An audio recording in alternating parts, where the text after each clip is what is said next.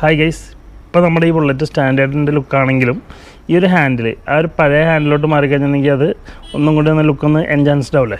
ഒരുപാട് പേര് കമൻറ്റ് ചെയ്തിട്ടുണ്ടായിരുന്നു GT മോഡൽ ഹാൻഡിലൊന്ന് കയറ്റി ലുക്ക് മാറുമെന്ന് പറഞ്ഞുകൊണ്ട്. ആ സംഭവം എനിക്കും വളരെ ഇഷ്ടമാണ്. കാരണം ഭയങ്കര ലുക്കാണ് ആ പഴയ ഹാൻഡിൽ എന്ന് പറഞ്ഞാൽ. പിൻഗാമിയിലൊക്കെ ലാലേട്ടനെ ആ വണ്ടി ഓടിച്ച് വന്നൊരു സീനുണ്ടല്ലോ, വേറെ ലെവലാണത് അല്ലേ.